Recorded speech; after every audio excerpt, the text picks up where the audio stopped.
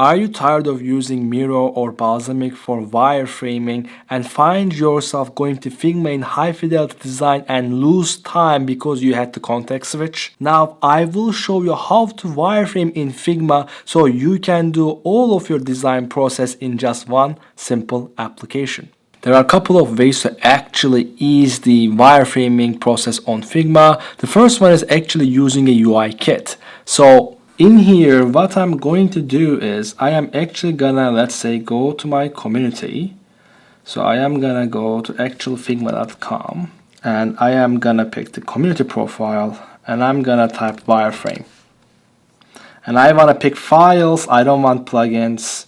So wireframe, and I want it to be mobile. This is key. And the best one is the Paul Kujikin is the author. This is the one that I really like. And I want you to open it. And I'm gonna pick my personal account. And in here what you see is that you will have some parts of components that he has created, some elements, so that you don't need to build these elements from scratch. It is a very good idea to automate as much of your work as possible, and you don't want to start anything from beginning where you have to build all the things that you have to do. So this is a good idea, especially if you are aiming for kind of closer to low fidelity in the wireframe. So what you can do is, let's say in here we have our project open up. So what you can do here is, if let's say I have a mobile phone, and let's say this would be 320 568 because it's a mobile iPhone SE. Let's say sign up. I can actually look at this and I'm like, okay, what kind of elements can I get here? I would probably need a button here, and I could get the button here. And then I would go back and I would fetch my, let's say, label inputs. And this is in a good place where I could go here. I would write, let's say, email.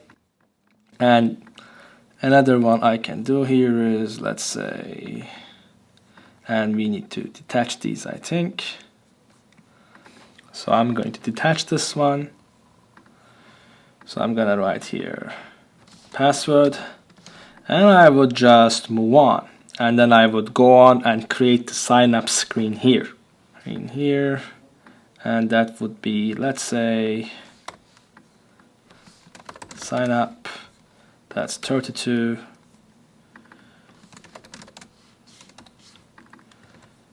Enter. Yep. Around here.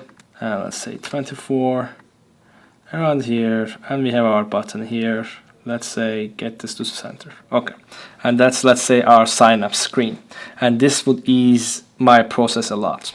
The second way we can expedite this wireframing process is to actually use a plugin, and that plugin is called Ink Wireframe.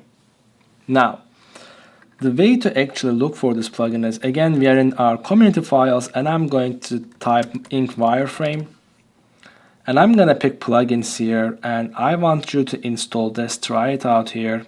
I already have it installed in my system, and what you can do is you can press Command / and I'm gonna type Ink Wireframe once you tried it, and it actually gives you drag and drop. And Ink Wireframe, compared to the UI kit we have here, is much better for actually doing low fidelity kind of wireframing. So it's the lowest of lows for wireframing.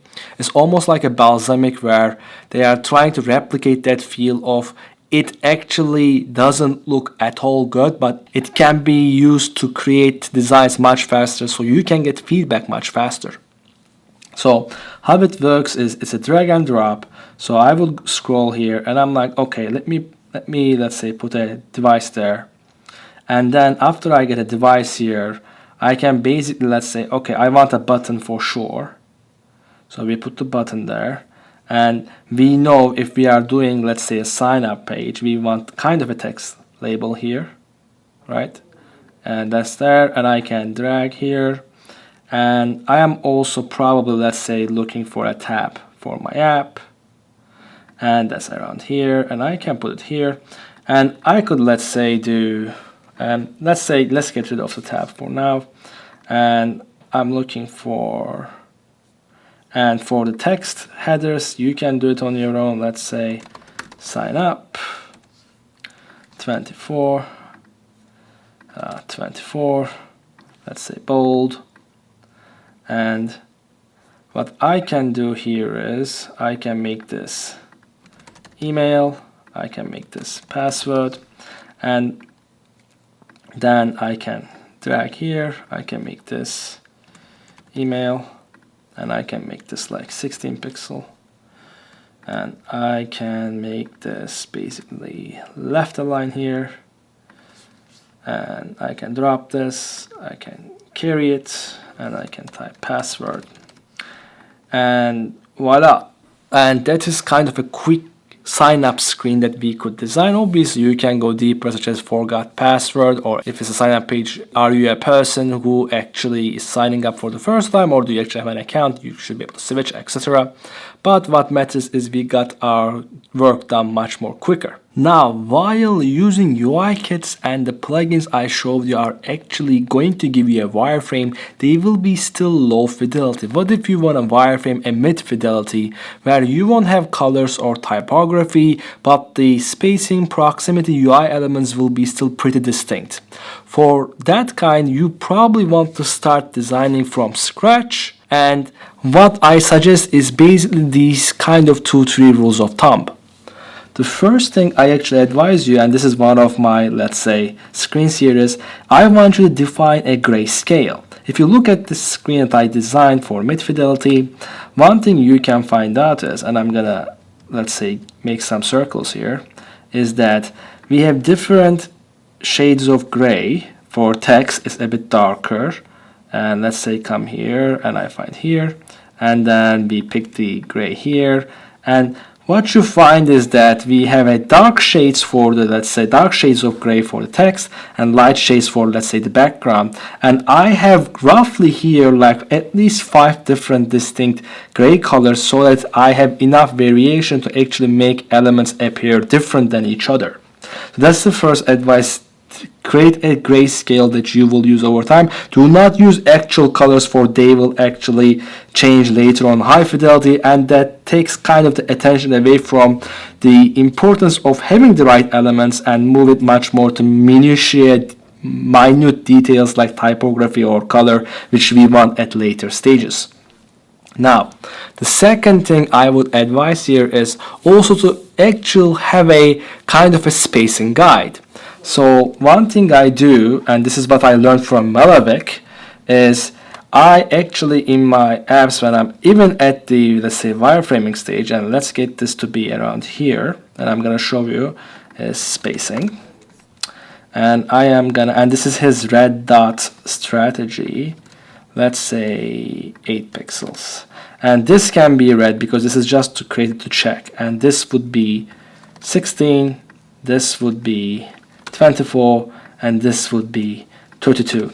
You can use Figma auto layout and alignment tools to actually make spacing very good, but for a wireframe mid fidelity where you want to get the spacing right, just a quick check here would be like, oh, just let's say in here it would be 24 pixels, and checking, my distance is 24 pixels. This is especially useful when you are checking things where you are checking distance between 2 texts, because text height is a lot different than a rectangle, where the height of the text might be longer than its actual reach endpoint, like its line height. So for those spaces it is very useful. So I would recommend a spacing tool as well. And yeah, that's about it actually. Hey guys, if you enjoyed this video, you will especially love this video about getting better in mobile UI design on Figma.